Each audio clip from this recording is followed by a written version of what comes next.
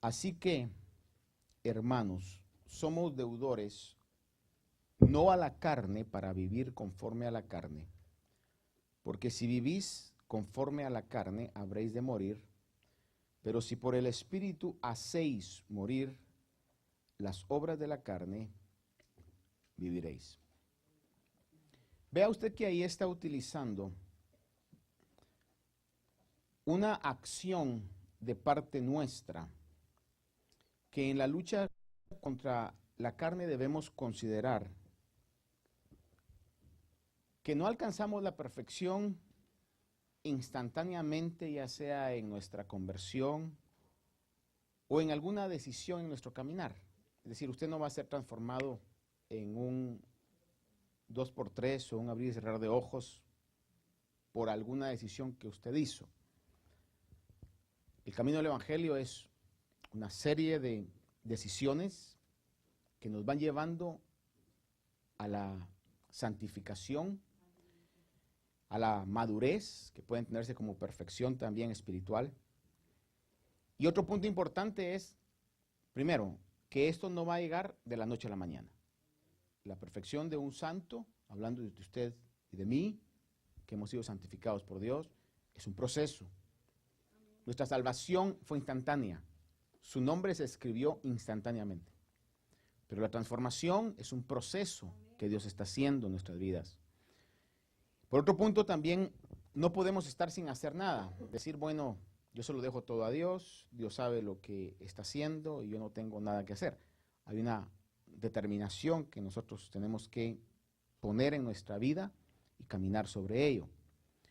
Obviamente todo esto viene por la ayuda del Espíritu Santo, que nos da la energía, nos da la fuerza, para que en ese caminar gradual y continuo estemos destruyendo el pecado, obedeciendo los mandamientos de la palabra del Señor. Efesios 5:18, le voy a leer varias citas acá. No le pido que las busque conmigo para que podamos avanzar, pero están ahí. Le doy las citas. Efesios 5:18 dice, y no os embriaguéis con vino en lo cual hay disolución, sino sed llenos del Espíritu Santo. Está hablando de una acción que tenemos que hacer. Enfoquemos nuestra mente a las palabras. Hay una acción que yo tengo que hacer. Obviamente nosotros hacemos lo mínimo, Él hace lo mayor, pero tenemos que hacer algo.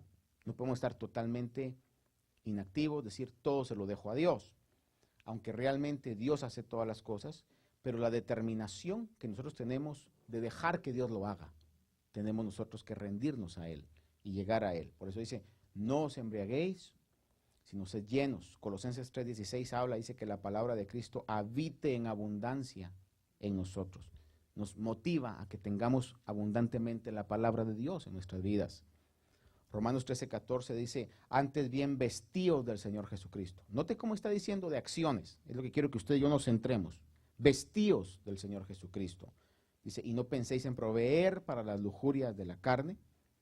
Salmos 1, usted sabe que el Salmo 1 es maravilloso y dice, bienaventurado el varón que no anduvo en consejo de malo, que no se ha sentado en la silla de escarnecedores, sino que en la ley de Jehová está su deleite, dice el verso 2.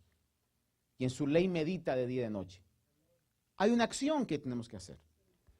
El 119:11, hablando de Salmos, dice, en mi corazón he atesorado tu palabra para no pecar contra ti. Siempre habla de una acción que tenemos nosotros que hacer, que es la mínima, pero es algo que nosotros podemos hacer. Lo que usted puede hacer y lo que yo puedo hacer, Dios quiere que lo hagamos. Se lo voy a repetir. Lo que usted y yo podemos hacer, Dios quiere que lo hagamos. Lo que no podemos hacer, Dios lo va a hacer. Haga de cuenta que yo vengo cargado en alguna actividad, ya sea una actividad pequeña o una actividad donde nos reunimos todos. Vengo cargado y vengo buscando un toque de Dios que pueda cambiar esa situación que estoy viviendo.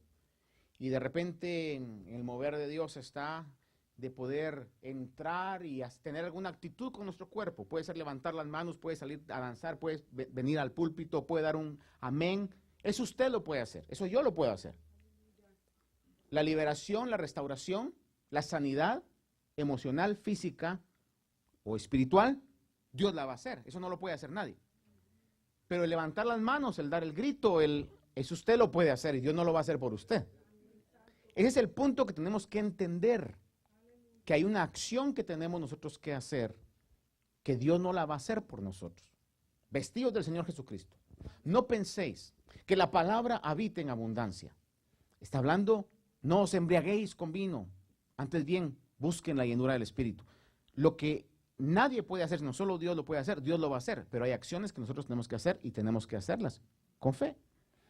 1 Corintios 6, 18 habla y dice, huid de la fornicación. Está hablando de huir del pecado, específicamente sobre este pecado, una acción que tenemos que hacer. El 9, 25 al 27 de 1 Corintios dice, y todo el que compite en los juegos se abstiene de todo. Ellos lo hacen para recibir una corona corruptible, pero nosotros una incorruptible. Por tanto, mire la vida del apóstol Pablo, que llegó a hacer lo que llegó a hacer. No es necesario que le explique lo que el apóstol Pablo llegó a hacer. Usted lo sabe muy bien. Tenía una disciplina y dice, por tanto, yo, dice Pablo, de esta manera corro, no como sin tener meta, de esta manera peleo, no como dando golpes al aire, sino que golpeo mi cuerpo y lo hago mi esclavo, no sea que yo habiendo predicado a otro, yo mismo sea descalificado. Tenía una disciplina tan férrea él en su vida, imitable. Quisiera yo tener esa disciplina del apóstol Pablo, hermano, y por eso llegó a tener esa fortaleza, esa fuerza espiritual. Fíjese que estaba meditando el día de hoy y quizá me equivoque con esto, era una meditación, nada más. Pero ¿ha escuchado usted que Pablo pedía oración? ¿Cuántos saben que Pablo pedía oración? Ahora le pregunto, ¿pedía oración Pablo diciendo, oren por mí porque estoy débil? Oren por mí porque ni siquiera estoy enfermo. Oren por mí porque quiero tirar la toalla. Fíjese que era tremendo, como digo, es una meditación y tengo que estudiar en detalle esto. ¿Sabe por qué oraba él? Orad por mí, para que pueda predicar el evangelio con denuedo, con fuerza. Orad por mí para que se abra una puerta para la predicación de la palabra. Es decir, era un hombre que estaba tan fortalecido internamente que la oración que pedía, hermano, no era como las oraciones que a veces nosotros hacemos. Hermanos, oren por mí porque ya no quiero seguir. Fíjese que yo me pregunto si esas oraciones son válidas o no son válidas. Yo creo que hay mucha responsabilidad que yo tengo que hacer y el Señor dice, no quieres seguir porque la palabra de Dios no habita en ti. No quieres seguir porque no meditas en la palabra del Señor. No quieres seguir porque no estás buscando la llenura del Espíritu. Y a veces entramos en patrones que son meramente religiosos, ¿verdad? Donde como que fuéramos más humildes y pedimos mucha oración por mí. Sin embargo, me impresionó cuando estaba meditando sobre esto que el apóstol Pablo lo que pedía era una oración para aquellas cosas que él no podía hacer. O sea, para que se abra una puerta, porque eso solo Dios lo puede hacer. Para que pueda tenerse de nuevo para predicar la palabra, esa unción del Espíritu Santo para predicar la palabra. Y por eso es que es ejemplar, pero tenía una vida tan disciplinada en su búsqueda y haciendo lo que tenía que hacer, que lo declara aquí, que dice que tenía su cuerpo como esclavo, ¿verdad? Y aún es el mismo Pablo que habla sobre ese cuerpo que estaba contaminado, dijo en un momento, miserable de mí. Es decir, que no era que el apóstol Pablo no tuviera lucha contra el pecado, tenía tanta lucha contra el pecado como la tenemos todos nosotros. Sin embargo, había encontrado que era necesario que él tuviera esa disciplina en la búsqueda y en la dependencia de Dios. Primera de Pedro 2:11, el apóstol Pedro ahora habla y dice, amados, os ruego como extranjeros y peregrinos que os abstengáis, acción, está hablando de acción, que os abstengáis de las pasiones carnales que combaten contra el alma.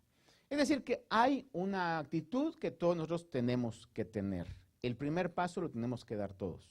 Todos tenemos lucha contra el pecado. Yo no le estoy diciendo hoy con un dedo señalador, hermano, yo soy el primero, débil, necesitado, que le pido al Señor esa fuerza, como todos nosotros lo necesitamos. Cuando estamos fuera de la iglesia especialmente.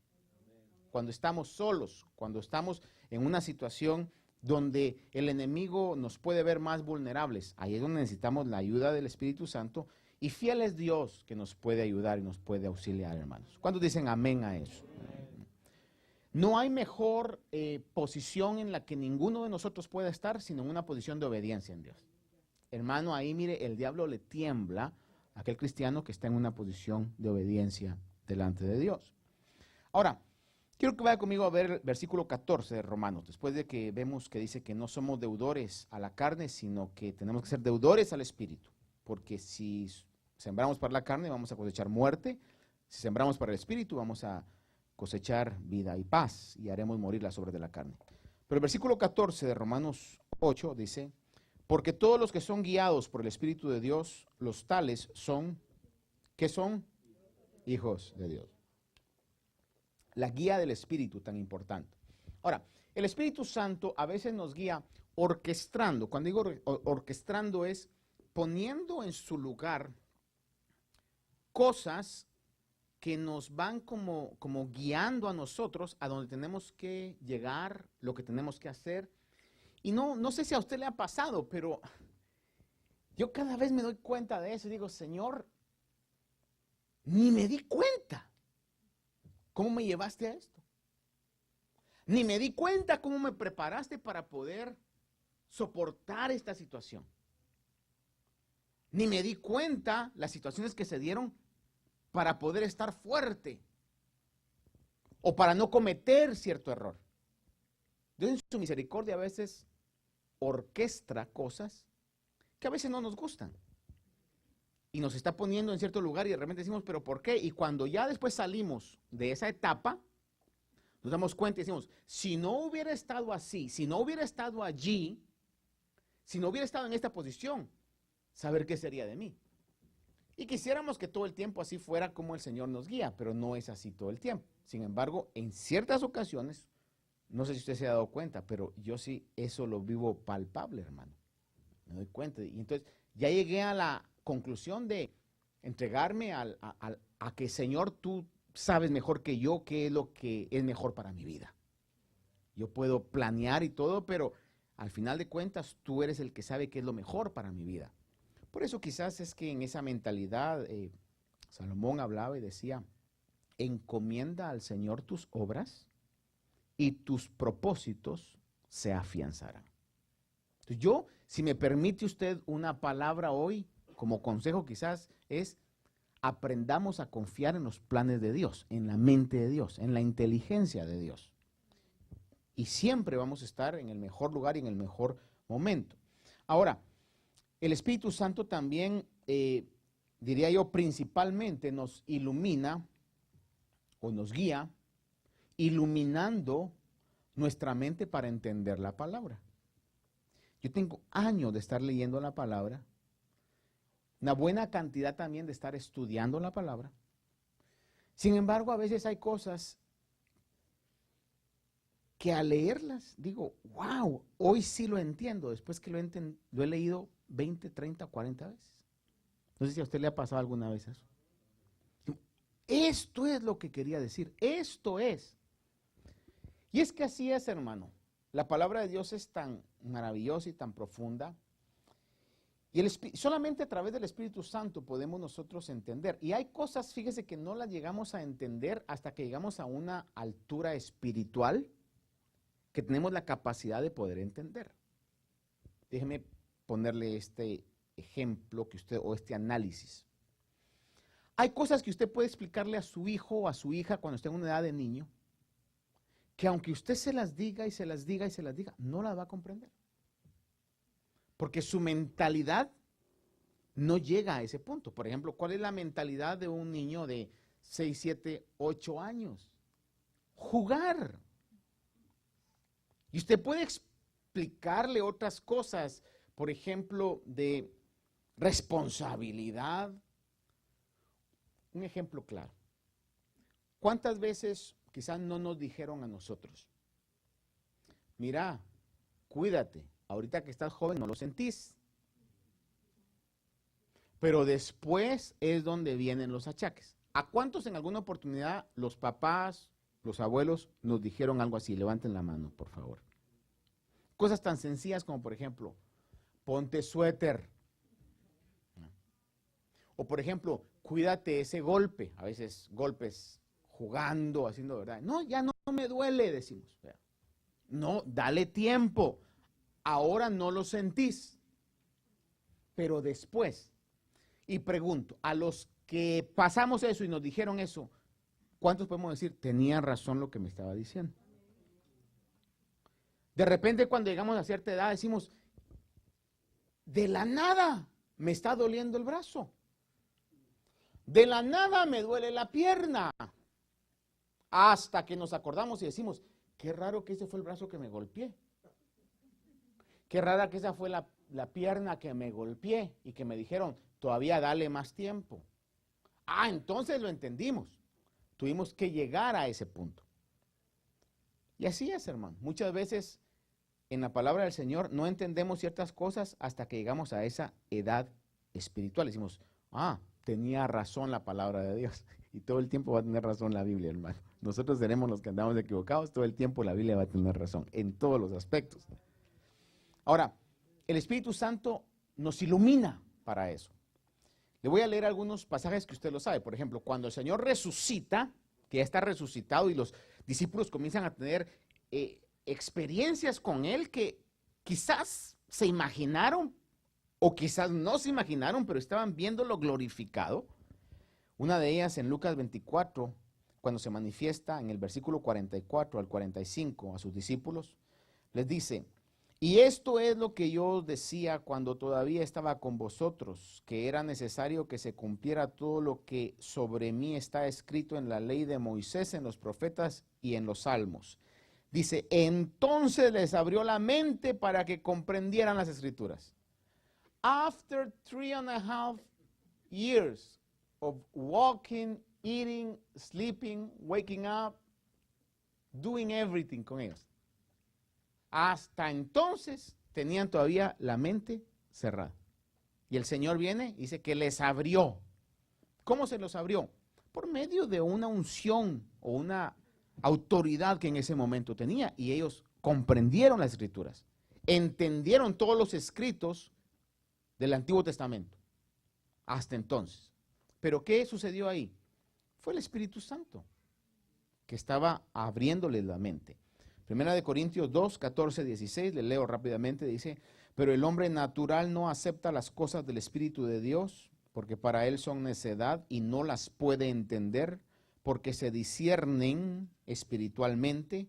En cambio, el que es espiritual juzga todas las cosas, pero él no es juzgado por nadie, porque ¿quién ha conocido la mente del Señor para que le instruya? Mas nosotros tenemos la mente de Cristo. Y cuando habla de que tenemos la mente de Cristo, es que cuando recibimos el Espíritu Santo, toma control, toma un lugar en nuestra vida y comenzamos en ese momento, nuestra mente comienza a cambiar y tenemos la mente de Cristo. Comienzan a haber anhelos, deseos y nuestro ejemplo a seguir internamente, el ejemplo a seguir de todo cristiano o cristiana es el carácter del Señor Jesús. Todavía tenemos inclinaciones carnales. Todavía luchamos en contra de la influencia de la sociedad. Y déjeme decirle algo, hermano. Qué tremendo está el mundo, ¿verdad? Mire, voy a ser muy práctico con algo que le voy a decir. ¿Cuántos de aquí tienen Netflix? Usted que muchos no levantan la mano que dicen, uy, me va a quemar, ¿verdad? Pero tenemos Netflix. ¿Se ha dado cuenta usted qué pervertido está el Netflix? Yo leí hace un año y fracción que habían contratado a unos productores, award-winning producers, productores ganadores de premios.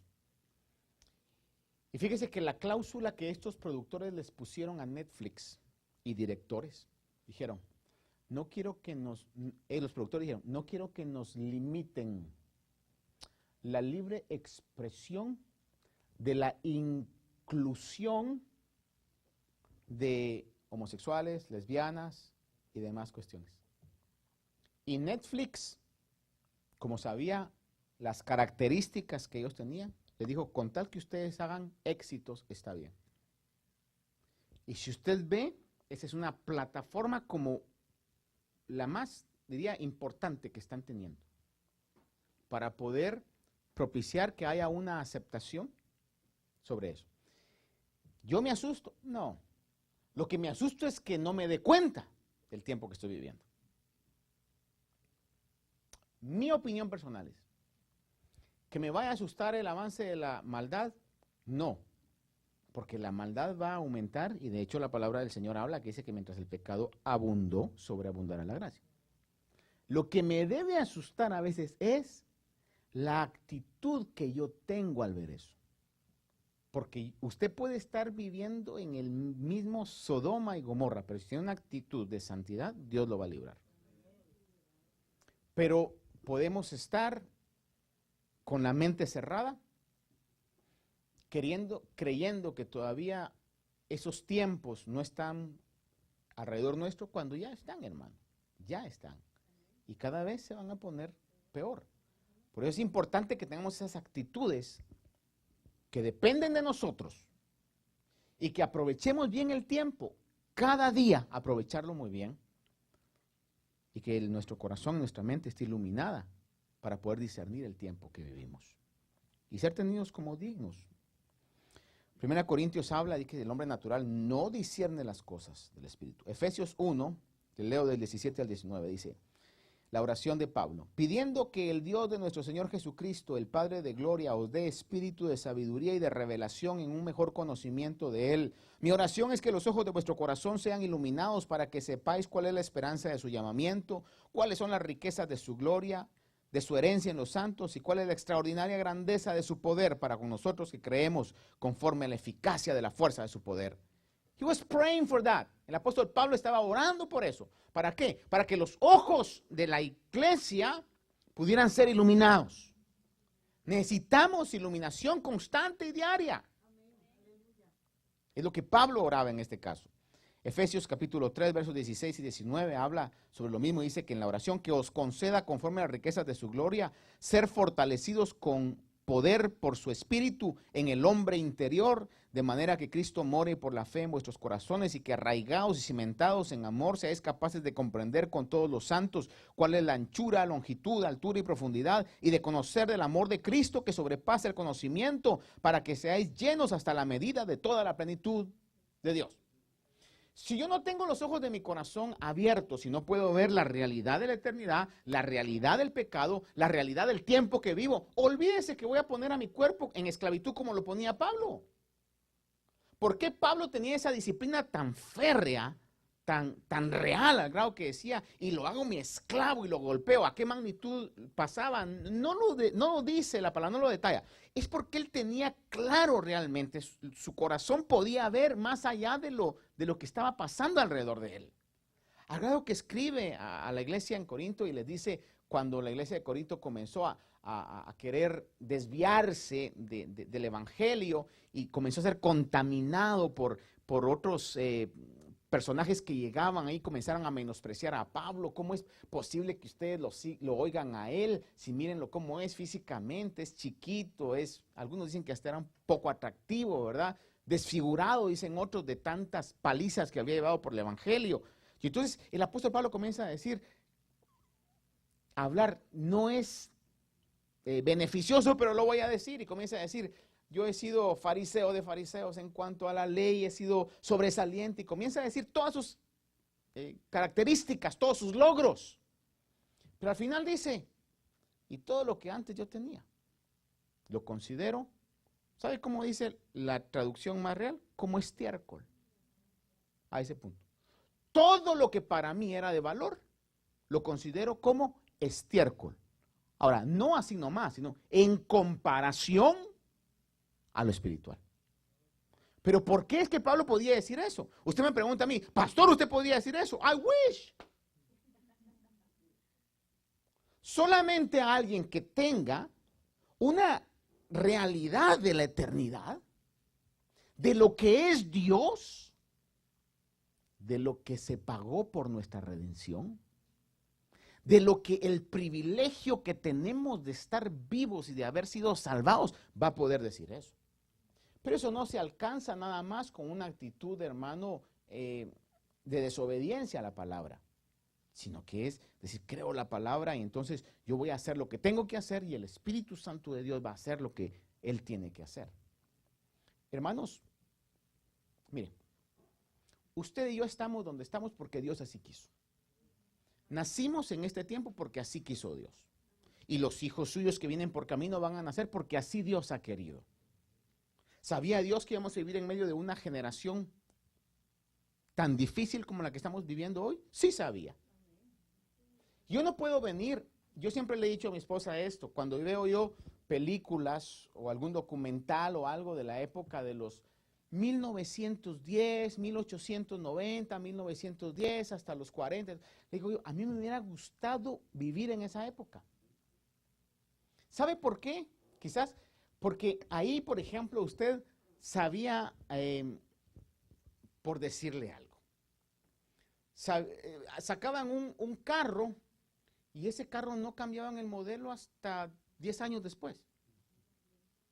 Alguna herramienta, usted sabía usar esa herramienta y esa herramienta no cambiaba, hermano. O sea, y era todo un poco más, no sé, me atrae eso. Yo sé que tecnológicamente uno estaba hasta atrás, ¿verdad? Pero por alguna razón rara me hubiera gustado. Pero no puedo decirle al Señor, te equivocaste. Me mandaste too late en la historia. No, Dios sabía que usted y yo teníamos que nacer cuando nacimos. ¿O alguien cree que Dios se equivocó?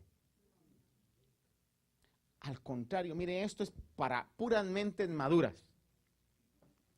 Pero Dios sabía en la familia en que usted tenía que nacer. Y los padres que le tenía que dar. Y los hermanos que le tenía que dar.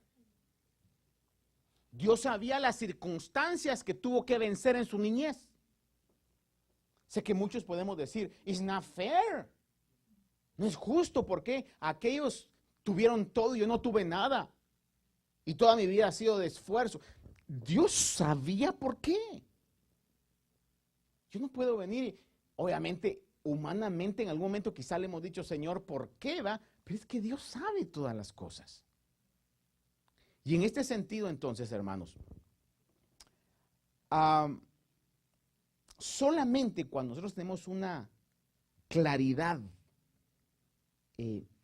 espiritual, vamos a poder nosotros tener la actitud que Pablo tenía de decir, y todo esto que yo he vivido no es nada en comparación a lo que está por delante. Pero mientras no lo tenga, va a ser más difícil mi vida espiritual. Por eso es importante que yo tenga que constantemente decirle, Señor, abre los ojos de mi corazón. Dame esa claridad espiritual para poder ver lo que está pasando. Era la oración de Pablo. Colosenses 1:9 dice, por esta razón también nosotros desde el día en que supimos no hemos cesado de orar por vosotros y de rogar que seáis llenos del conocimiento de su voluntad en toda sabiduría y comprensión espiritual, lo decía en Colosenses. Por eso le invito hoy a que si usted no dice, ay, el domingo hay ayuno, ¿qué voy a orar? Miren, hay suficientes razones por las cuales estar ahí. Señor, abre mis ojos, Señor, abre mis ojos. Que pueda yo realmente crecer, tener ese conocimiento, Dios mío. Yo sé que en muchos de ustedes hay grandes testimonios sobre estos, de cómo el Señor ha librado, cómo el Señor ha abierto puertas, cómo el Señor ha hecho cosas extraordinarias. Hermanos, cuando somos guiados por el Espíritu de Dios, nuestra vida va a ser muy emocionante. Porque hay de milagro en milagro, como Dios preserva, como Dios provee, como Dios hace cosas extraordinarias, hermanos. Esa es la maravilla del Evangelio. Pero por esa razón tenemos nosotros que pedirle al Señor que abra los ojos de nuestro corazón. Y le digo, rely on God, rest in God. No se lo digo yo porque, ay, el pastor. No, ay, hermano, pero dentro de mí estoy totalmente convencido que descansar en Dios y confiar en Dios es lo mejor que uno puede hacer. Es lo mejor que uno puede hacer. En los aspectos de su vida. Que le dieron una mala noticia, hermano, mire, llévela delante de Dios y descanse en Dios. Señor, yo te pertenezco a ti. Tú tienes control de mi vida, Señor. Si en algún momento vale la pena, Señor, yo no te estaba buscando, tú me buscaste a mí, Señor. Y estoy agradecido, pero fuiste tú el que me buscaste a mí, Señor. Tú me encontraste. Me gusta mucho ese canto que cantamos que decía, tú no esperaste que te buscara yo. Y es una realidad. Hermano, fue Dios el que nos escogió. Porque si no hubiera dicho la palabra de Dios que nosotros escogimos a Dios. Pero dice que Él nos escogió desde antes de la fundación del mundo. Mire lo que somos nosotros, los escogidos de Dios. That's heavy, hermano. Los escogidos de Dios. Pero a veces vivimos como que no lo fuéramos. Y cualquier mala noticia, cualquier pequeño problema, ¡pum! Hermano, nos devasta nuestra vida, hermano. Todo. Tranquilos. Si Dios lo escogió, Dios sabe lo que está haciendo. Descansemos en Él. Si no tenemos fe, hermano, vamos a caminar una vida de sufrimiento. Este camino es necesario que la fe nunca nos falte. Usted me pregunta a mí, quizá mi esposa sea testiga de eso. Constantemente mi oración por ustedes no es tanto, Señor, sánalos, Señor, dales más, Señor, de lo que tienen. No, no, aunque lo oro en ese sentido, pero lo que le pido es, Señor, fortalece su fe. Constantemente, Señor, dales fe. Que nunca les falte la fuerza en su fe. ¿Qué tú tienes para cada uno de ellos? No lo sé, Señor, son tuyos. Pero fortalece la fe de tu pueblo. Porque este camino es un camino de fe. Pero es necesario que tengamos los ojos abiertos. Versículo 15, Romanos 8:15 dice. Pues no habéis recibido un espíritu de esclavitud para volver otra vez al temor, sino que habéis recibido un espíritu de adopción como hijos, por el cual clamamos Abba Padre. Y creo que todos sabemos ya que esa expresión Abba Padre es como cuando sus hijos le dicen a usted, Daddy. Usted le decía a su papá, papi, papito, como sea. Una expresión de acercamiento, de cariño, que se puede decir solamente a alguien que consideramos y queremos como nuestro Padre. Jesús mismo lo expresó en una ocasión. Abba Padre. Ahora, fíjese que aquí dice algo importante y solamente voy a llegar a este versículo 15, hermano, pero es importantísimo. Vea lo que dice. Pues no habéis recibido un espíritu de esclavitud para volver otra vez al temor, sino que habéis recibido un espíritu de adopción como hijos, por el cual clamamos Abba Padre. Le recuerdo algo. Todas las religiones, vamos a poner como que el cristianismo, como que nosotros que somos cristianos, fuéramos una religión más. Socialmente así nos catalogan, ¿verdad? De hecho, en un momento le preguntan, ¿qué religión es usted? Y quizá usted va a decir cristiano evangélico. Obviamente sabemos que no es meramente religión, sino que es un camino de una relación con Dios. Pero pensando que sobre este punto, I'm going to say that we are a religion, one religion of the world. Somos una religión del mundo. Voy a decirlo nada más por lo que le quiero decir. Por ejemplo, está el cristianismo, está, por ejemplo, el judaísmo, está, y aquí en el cristianismo la sociedad pone el catolicismo también, ¿verdad? Los evangélicos y católicos los mete ahí, ¿verdad? Que sean salvos, no, mire, muchos católicos no son salvos y también me atrevo a decir que muchos evangélicos tampoco son salvos, ¿verdad? Esto cada quien sabe si realmente ha nacido de nuevo. Ahora, para que no se vaya usted a malinterpretar mis palabras, entonces los católicos van a ser salvos, bueno, tienen que huir de la idolatría, específicamente, ¿verdad? Porque no pueden, ¿verdad? Llegar a Jesús por María, eso no es así. Está, por ejemplo, el budismo, está el islam. ¿Qué otro podríamos poner ahí entre las más relevantes? Pero estas quizás son las más relevantes. Judaísmo, tienen que cumplir una ley. El budismo, tienen que cumplir una disciplina. El islam, sus obras buenas, sus good deeds, tienen que ser más que sus wrong deeds. Sus obras buenas tienen que ser mayores que las malas, para que estén considerados para llegar al cielo. El cristianismo, nothing, just faith en Jesucristo. Es todo. Entonces, en este caso, por ejemplo, cuando Pablo habla y dice, no habéis recibido un espíritu de temor, es porque todas las religiones viven como en tippy toes, ¿verdad? Uy, hoy no me porté bien, y si mañana me muero, me voy a ir al infierno. Hoy no hice más cosas buenas que malas, y si mañana me muero, me voy al infierno. Hoy que no cumplí la ley, dice el judío, ¿verdad? Y entonces estoy en un estado crítico. El cristianismo creyó, y por haber creído, somos salvos. Y nuestro nombre es escrito en el libro de la vida. Estoy hablando del cielo. Va a decir usted, entonces ¿para qué vine a la iglesia si yo he creído? Y tanto que me esforcé por venir. Lo que va a marcar la diferencia cuando lleguemos allá va a ser los galardones que nos van a dar.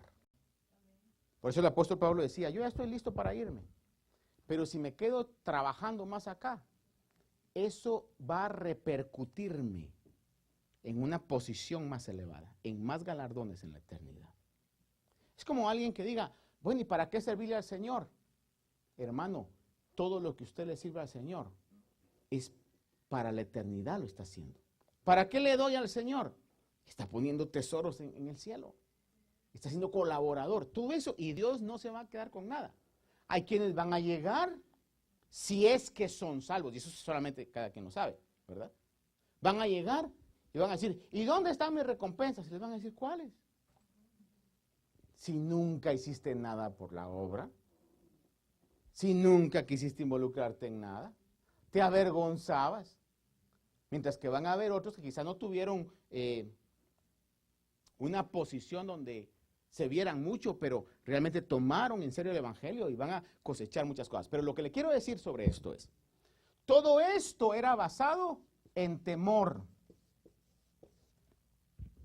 Hasta el judaísmo, porque sabe que el judaísmo es no se puede ser cristiano y judío. Se lo voy a decir una vez más, no se puede ser cristiano y judío de religión, no de nacionalidad, de religión. No, yo practico el judaísmo, pero también creo en Jesús. ¿Practica la ley? ¿Cree que Jesús lo hizo todo? No, sí creo en Jesús como el Mesías, pero hay que hacer cosas. Imposible. Es lo que Pablo habló en Gálatas. O creemos que Él lo ha hecho todo, o entonces estamos viviendo un espíritu de temor. Por eso dice la palabra de Dios en este versículo que no hemos recibido un espíritu de esclavitud para volver otra vez al temor, sino que hemos recibido un espíritu de adopción como hijos, por el cual clamamos Abba, Padre. ¿Por qué la naturaleza del hijo es tener confianza con los padres? Porque sabe que es hijo. Sabe que es hijo. Ahora, fíjese que por causa del pecado del hombre, por causa de que tanto el judaísmo, el budismo, el islamismo saben que son pecados, son pecadores, por esa razón es que viven en un temor a la muerte. Dicen, ay no, que me dé más chance para poder ponerme a cuentas, porque si me muero, quién sabe si voy a entrar al cielo. Hebreos 2, 14 y 15 dice, así que por cuanto los hijos participan de carne y sangre, hablando de Jesús, Él igualmente participó también de lo mismo, para anular mediante la muerte el poder de aquel que tenía el poder de la muerte, es decir, el diablo, y librar a los que por el temor de la muerte estaban sujetos a la esclavitud durante toda la vida. Librar a los que por el temor a la muerte estaban sujetos a la esclavitud. Tenés que cumplir la ley, tenés que tener una vida disciplinada, tenés que hacer buenas obras. Y el Espíritu viene y por la gracia de Dios nos libera y hemos recibido un espíritu de adopción, no de esclavitud, un espíritu de adopción, donde si creemos, podemos llegar con confianza ante el trono de Dios y decirle, papito, Abba, Padre. La esclavitud es esa vida de buenas obras para querer ganarse el cielo. Ninguno de ustedes se va a ganar el cielo. Se lo repito, tampoco yo. Ninguno de ustedes se va a ganar el cielo. El cielo es un regalo de Dios para todos nosotros. Por más santo que usted sea, por más santa que usted sea, nadie de ustedes, ninguno de nosotros, nos vamos a ganar el cielo. Un regalo de Dios, es un regalo inmerecido de Dios. Nadie va a llegar ahí queriendo creer que con su esfuerzo lo pudo hacer. Primera de Juan 4, 18 y 19 dice, En el amor no hay temor, sino que el perfecto amor echa fuera el temor, porque el temor involucra castigo y el que teme no es hecho perfecto en amor. Ahora, dice el verso siguiente, nosotros amamos porque Él nos amó primero. Denme un minuto nada más y le voy a decir esto. Cuando usted, que es padre, madre, corrigió a sus hijos cuando estaban niños, estaban bebés, y quizá los corrigió porque ya le colmaron y no entendían de tanto, y en un momento quizá les dio, hermano, y le vieron el lado malo del papá y de la mamá. No sé cómo sean sus hijos, pero yo he visto eso y quizá en algún momento yo actué de esa manera. Le dan a uno, cuando está niño, cuando está bien niño, le dan y llora, y entonces de repente trae una reacción y abrazar. Y acá dice, y ahora el problema de la mamá o el papá es cómo callar a aquel al que le dio. Pero están llorando y abrazando, como quien dice, y ahora consolame. ¿Sí me explico en eso? ¿Les ha pasado, les pasó alguna vez? Y ahora consolame, pues ya. El problema ahora no es mal comportamiento, sino que el consuelo. ¿Por qué ese niño o esa niña está abrazando al verdugo? ¿Por qué está abrazando al que le dio? ¿Sabe por qué? Porque tiene la conciencia de que lo quieren, que la quieren.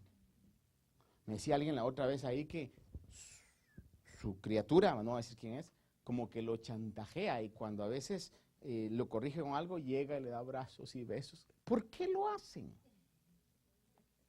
Porque ellos saben que hay amor, están en una atmósfera de amor, no en una atmósfera de temor. Si el niño supiera que el papá no lo quiere, no va a buscar consuelo. No sé cómo sea. En el caso, por ejemplo, de esos niños que van a hogares, ¿cómo le llaman? Ayúdenme cuando... Foster parents, ¿verdad? No sé cómo sea, y pues si alguien realmente tiene esa actitud no siendo sus hijos, maravilloso. Pero pienso yo que va a ser más difícil. No sé si esos niños tendrían ese alcance, esa confianza de llegar, como aquellos que tenían sus padres físicos. Pero es exactamente lo que la palabra está diciendo en este principio inviolable y fundamental en nuestra vida cristiana. Yo he tratado a personas que dicen, la otra vez me recuerdo haber hablado con una persona y me dice, es que no soy digno. Le digo, nadie es digno. Pero acércate con confianza. Hermano, y a veces hay bloqueos tan fuertes. ¿Sí? No. Hermano, un principio de la palabra, y a este punto me pregunto, quizás cuando hay esa situación, no sé si es que sea realmente hijo o no sea hijo, pero el que es hijo, hermano, va a tener that realization, va a darse cuenta que Dios me ama. Y lo que le quiero decir hoy, llegue con confianza, es su papá, es su papito. Dígale, aquí estoy, Señor. No hemos recibido un espíritu de esclavitud. Y dice aquí que en el amor no hay temor, le leía 1 de Juan 4, 18 y 19, en el amor no hay temor, sino que el perfecto amor echa fuera el temor, porque el temor involucra castigo, es lo que le traté de explicar. Y el que teme no es hecho perfecto en el amor. Es decir, que si nosotros andamos todavía queriendo en esta etapa que nos ha tocado vivir, tratar de por buena conducta y obras ganarnos el cielo, o que Dios cumpla su propósito, porque yo soy súper disciplinado, Señor, y estando en esa situación de, Señor, no me vas a querer si digo esto, o perdón, no me vas a querer porque hice esto. Dios lo quiere igual. Que van a haber consecuencias, obviamente, pero Dios nos quiere igual. Y tenemos que aprender a acercarnos delante de Dios. Señor, tú me conoces, parece que no me vio nadie, pero tú me vistes, tú sabes, Señor. Y llegar delante de Él constantemente, Señor, y aquí estoy, tú me escogiste a mí. Ahora dice, nosotros amamos porque Él nos amó primero. Y le termino con este verso que usted sabe muy bien. A ver, concluya conmigo. A los que aman a Dios. Terminemos con ese verso. No lo voy a tener más tiempo, pero repítelo. A los que aman a Dios, ¿qué dice? Vea esto. Todas las cosas obran o ayudan para bien. Aquellos que son llamados conforme a su propósito. ¿Cree usted la Biblia? ¿Podemos decir, eso se aplica a mi vida? Ahora, ¿qué dice? A los que aman a Dios, todas las cosas cooperan para bien. Esa enfermedad va a cooperar para bien. Esa etapa de escasez va a cooperar para bien. Esos situaciones difíciles, problemas, va a cooperar para bien. Ahora dice, a los que aman a Dios. Ahora, ¿por qué es que nosotros amamos a Dios? Primero de Juan lo dice antes. Amamos a Dios porque Él nos amó primero. Entonces, mire, hermano, tenemos asegurado nuestro futuro. Totalmente. Eso es lo que le quiero decir hoy. Tranquilo. No sé qué problemas tenga, no sé qué situaciones puedan haber, no sé qué circunstancias puedan venir sorpresivamente. Tranquilo, hermano. Tranquila, hermana. Solamente cerciórese que su corazón siga amando a Dios y todo va a obrar para bien. Porque no hemos recibido un espíritu de temor, sino un espíritu de adopción como hijos. Amén. Póngase de pie, vamos a orar y nos despedimos. Padre bueno, esta noche te agradezco con todo mi corazón, Señor.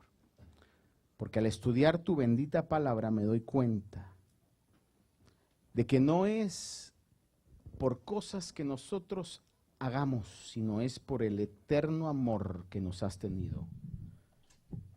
Aún, Señor, cuando estábamos muertos en delitos, cuando estábamos muertos en nuestros pecados, dice tu palabra, tú nos amaste.